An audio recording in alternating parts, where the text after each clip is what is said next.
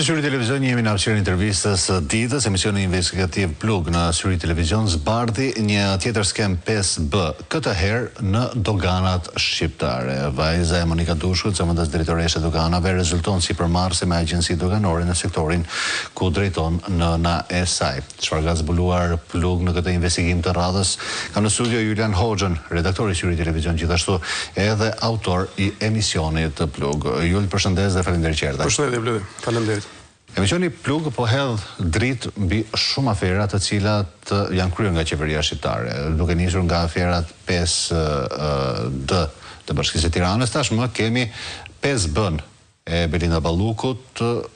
Çfarë ka zbuluar Plug dhe si u investigua kjo çështje 5B në doganat shqiptare?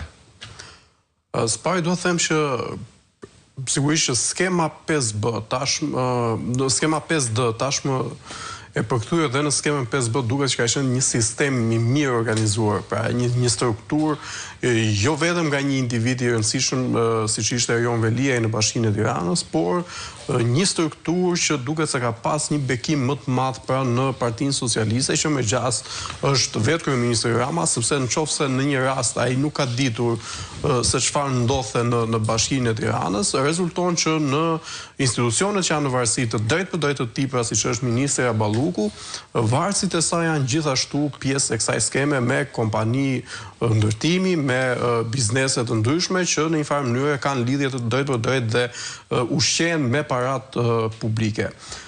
Emisioni Plug investigoi skemën 5B në doganat shqiptare pasi mbriti një informacion në redaksinë e emisionit që zëvendës drejtoresha e doganave, Monika Dushku, pas emisionit që ne transmetuam një javë më parë në lidhje me kreun e aviacionit civil për Maksime Thema, e rezultoi që kjo u kishte kërkuar punonjësve dhe varësve të saj që të bënin report, pra të bllokonin emisionin në rrjetet sociale.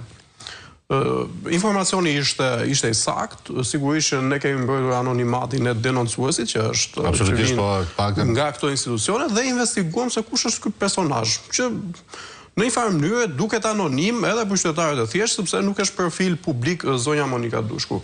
Ajo që rezulton është që së pari zonja Monika Dushku nuk është dhe aq person i parëndësishëm. Ajo rezulton së pari që është tezja e Olta Xhaçkës. Tezja e Olta Xhaçkës prej vitesh punon në doganat shqiptare, duke mbajtur pikërisht role drejtuese në këtë institucion. Nga investigimi... Për sa kohë është ushtron aktivitetin e saj Monika Dushku?